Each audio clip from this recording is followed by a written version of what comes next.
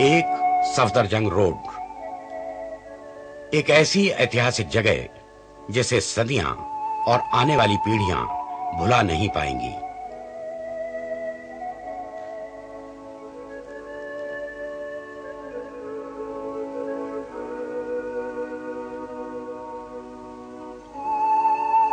दिवंगत प्रधानमंत्री इंदिरा गांधी की यही वो कार्यस्थली है जहां उन्होंने बहुत से फैसले लिए और इस देश को आगे बढ़ाने के लिए काम किया, जिसके लिए वो लगातार जिंदा रही। यही वो घर है जहां उन्होंने इन्हीं किताबों और इन्हीं कुर्सियों और इन्हीं मेजों और इन तमाम भारतीय कलाकृतियों के बीच रहते हुए और प्रधानमंत्री के रूप में काम करते हुए पूरी दुनिया में शांति, भाईचारे, आपसी सहयोग और खुद अपने देश में गरीबी, अशिक्षा, क्षेत्रीयता, भाषाई और धार्मिक मतभेदों का निवारण करके देश की एकता, अखंडता और बहुतरफा विकास के सपने देखे थे।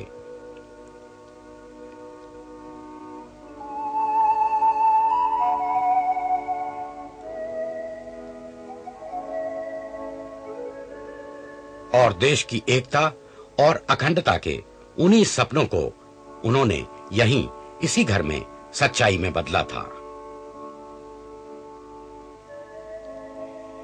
एक सफदरजंग एक इमारत नहीं है, ये इंदिरा जी का वो धड़कता हुआ हृदय क्षेत्र था जिसकी हर दीवार पर किसी सपने की तस्वीर लटकी है, हर खिड़की से रोशनी का स्वागत होता है और हर दरवाजे से भारत के सुनहरे भविष्य का रास्ता खुलता है।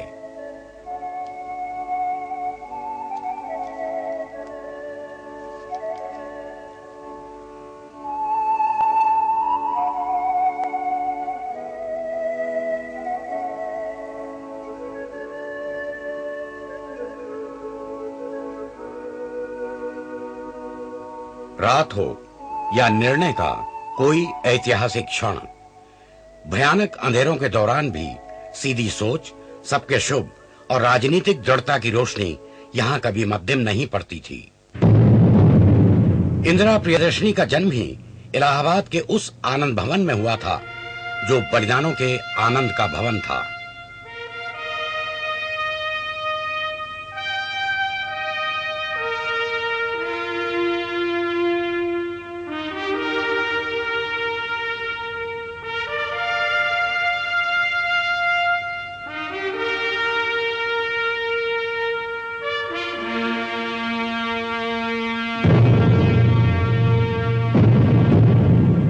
वह आनंद भवन जहां से इंदिरा गांधी के पुरखों ने स्वतंत्रता की लड़ाई शुरू की थी और लड़ी थी।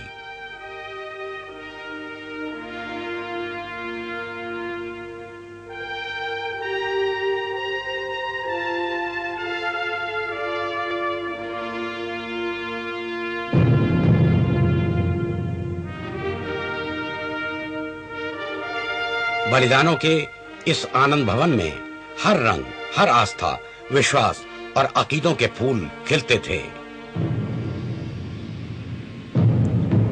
यूं तो इंदिरा प्रियदर्शनी पंडित जवाहरलाल नेहरू और कमला नेहरू की पुत्री थी, पर उनके बचपन और बड़े होने की कहानी स्वतंत्रता संग्राम और स्वतंत्रता के सेनानियों की गोद और उनके सानिध्य में बड़े होने की जीवंत कहानी है।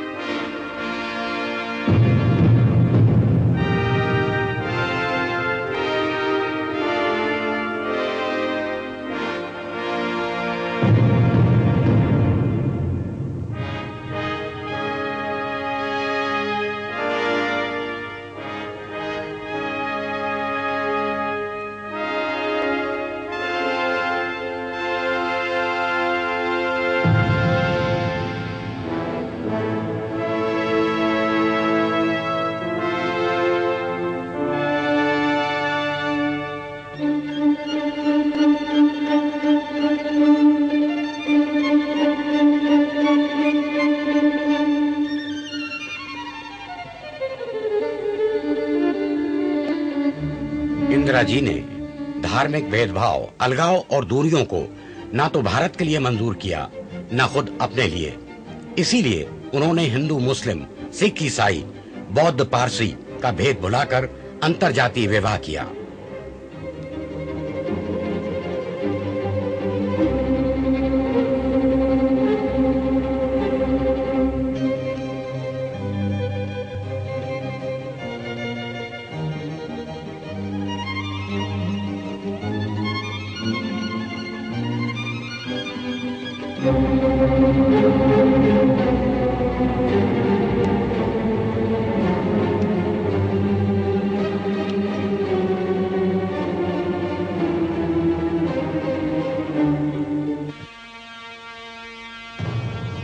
चरित्र की इसी आस्था ने उन्हें दी विचारों और फैसलों की दृढ़ता,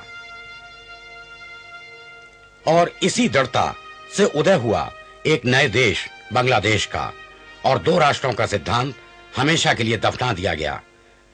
पाकिस्तानी सेना का आत्मसमर्पण और शिमला संधि इसका जीता जागता सबूत है।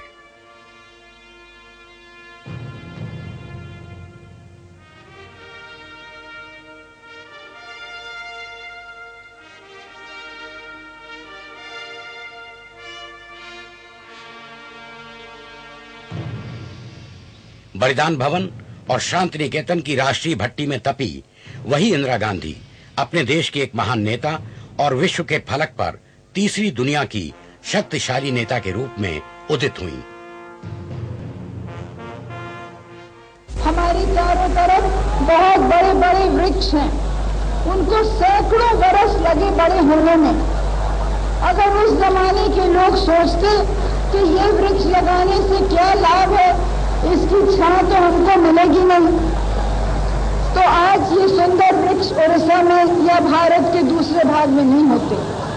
लेकिन उन्होंने लगाए क्योंकि उनको मालूम था भारत को तो सैकड़ों साल जीना है, इसलिए जो काम हम आज करेंगे वो इस प्रकार का होना चाहिए कि सैकड़ों हजारों बरस तक भारत को हम मजबूती दें। ये हमारा ध्येय आज होना चाहिए। भारत की मजबूती के लिए वे लगातार काम करती रहीं और बड़ी से बड़ी राष्ट्रीय और अंतर्राष्ट्रीय जिम्मेदारियों के बीच भी वे सारे जहां से अच्छा यानी सारे जहां से अच्छे अपने भारत को कभी नहीं भूली। धरती से अंतरिक्ष तक उनकी नजरें लगी रहीं।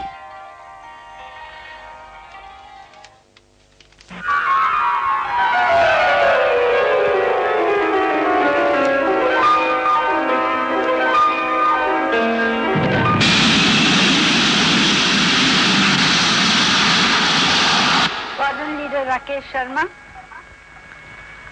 सारे राष्ट्र का ध्यान आपके तरफ है और हम सब आपको बधाई देते हैं। यह एक ऐतिहासिक कदम है। मेरी आशा है कि इससे हमारा देश अंतरिक्ष के प्रति जागरूक होगा और साथ ही हमारे युवकों को साहसिक कार्य करने की प्रेरणा मिलेगी। पहले तो मैं भारत के नागरिक होने के नाते आपको धन्यवाद देता हूँ और मेरे क्रू मेंबर्स भी मेरे साथ आपको धन्यवाद देते हैं आपकी बधाई के लिए। ऊपर से भारत कैसा दिखता है आपको? जी, मैं बगैर किसी झिझक के कह सकता हूँ कि सारे जहां से अच्छा।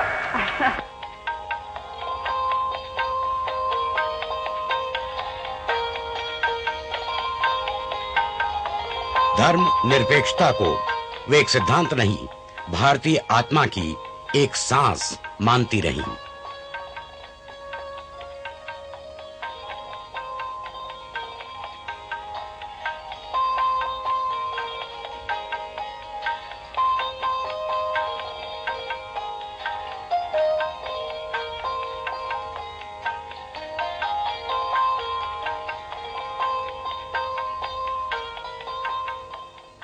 आज हमें खुशी है कि हम स्वतंत्र हैं, लेकिन हमारा दिल खुशी से भरा नहीं है। हमारे दिल में अत्यंत दुख भी है, चिंता भी है। दुख है कि हमने अपने इतिहास से सबक नहीं सीखा।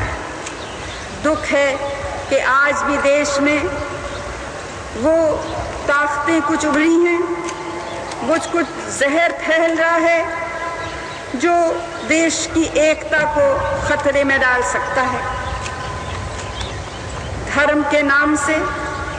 लेकिन मैं याद दिलाऊंगी कि जो कौमी दंगे होते हैं जिनमें बहुत से मासूम बेगुनाह लोगों की जानें जाती हैं, माल नष्ट होता है, उनकी कौमी शक्ल जरूर है लेकिन उसमें राजनीति भी होती है।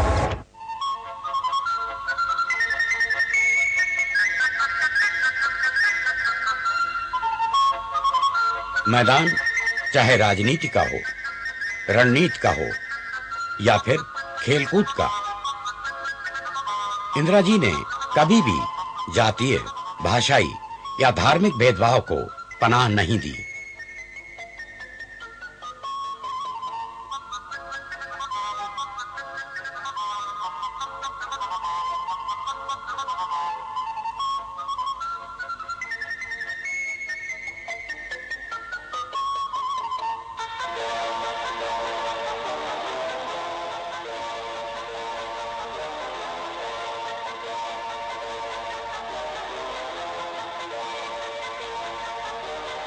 उन्हें खेलकूद की और स्पोर्ट्स की दुनिया में बनते हुए नए भारत की शक्ति, साहस और निर्बल एकता दिखाई पड़ती थी।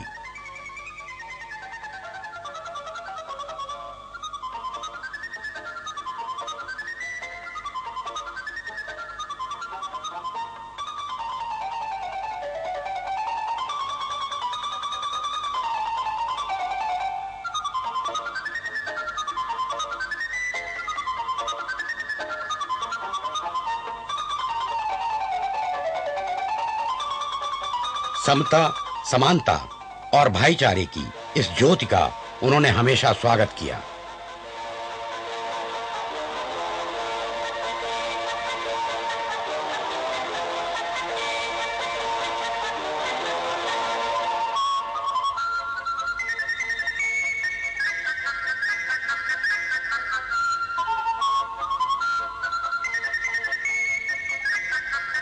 उनके दौर में एशियाई खेल हुए इस देश के सबसे बड़े स्पोर्ट्स, और इंदिरा जी के लिए ये एशियाड्स यानी एशियाई देशों के खेलों का मैदान नहीं, भारतीय एकता और मानवीय एकता का मैदान था, जहां सब बराबर थे, एक थे, हार जीत में शामिल, पर हार जीत के राजनीतिक या सामाजिक मोहरे नहीं थे।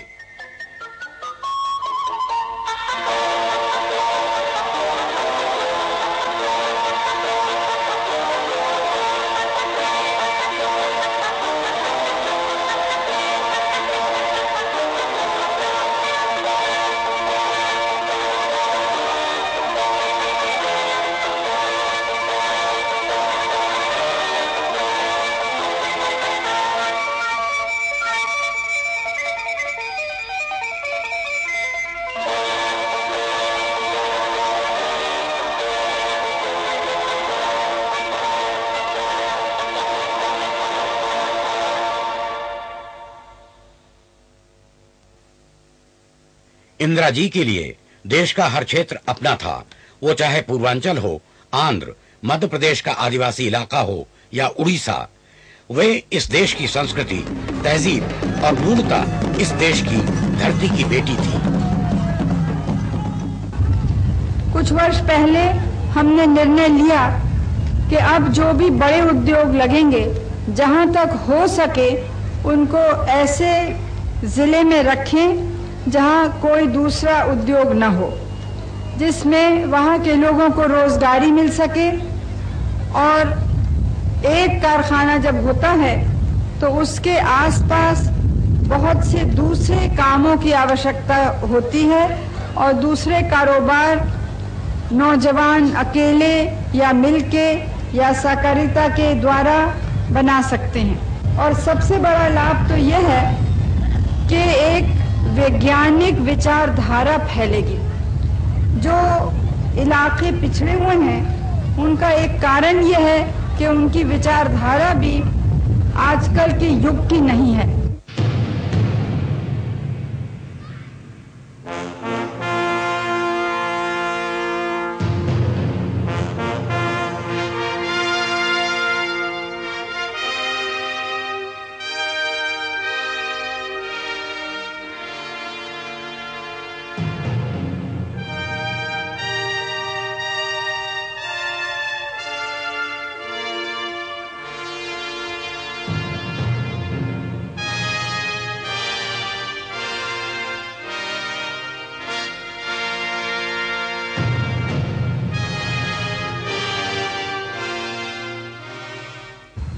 आप सबों को तो मालूम ही है कि किसी भी देश को अपनी सीमाओं को, अपनी स्वतंत्रता को सुरक्षित रखने के लिए कितना प्रयास करना होता है। जैसे जैसे दुनिया में विज्ञान और टेक्नोलॉजी बढ़ती जाती है वैसे हमें उसका मुकाबला करना होता है। आज़ादी के फौरन बाद हमको कल्पना भी नहीं थी कि कोई हम पर आक्रमण करेगा, और इसलिए एक बहादुर फौज होते हुए भी वो तैयारी नहीं थी जो देश की सुरक्षा के लिए आवश्यक है। 1971 के 3 दिसंबर को पाकिस्तानी वायुसेना ने भारतीय वायुसेना के पश्चिमी क्षेत्र पर आक्रमण कर दिया। भारत ने अपनी प्रतिरक्षा की।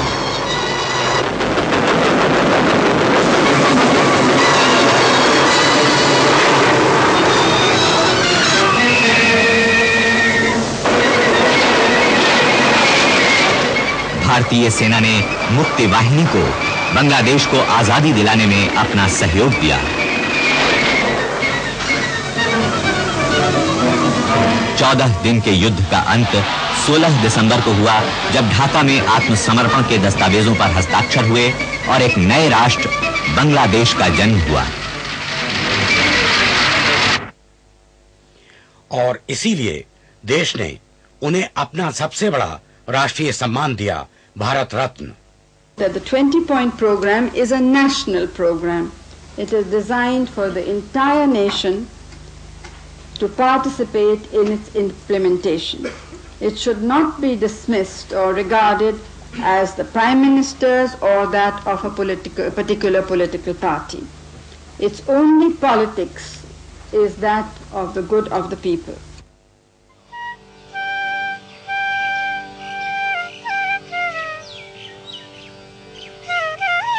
इंदिरा जी प्रियदर्शनी तो थी ही, पर वे उतनी ही शालीन, लोकप्रिय और जन जन की नेता भी थी, जो अपने देश के लिए विष भी पी सकती थी और जरूरत पड़े तो मुसीबतों का घड़ा खुद अपने सर पर उठा लेती थी।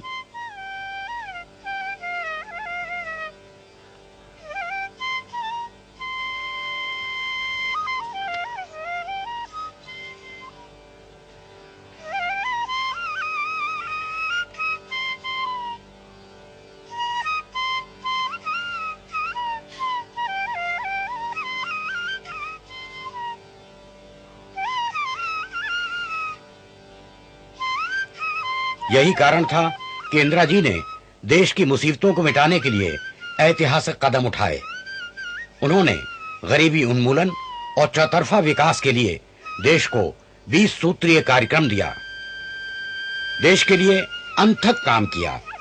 सारी व्यस्तताओं के बावजूद वे अपनी धरती के लिए, अपनी धरती से जुड़े और उसी में सांस लेते लोगों की हर धड़कनें सुनती रहीं।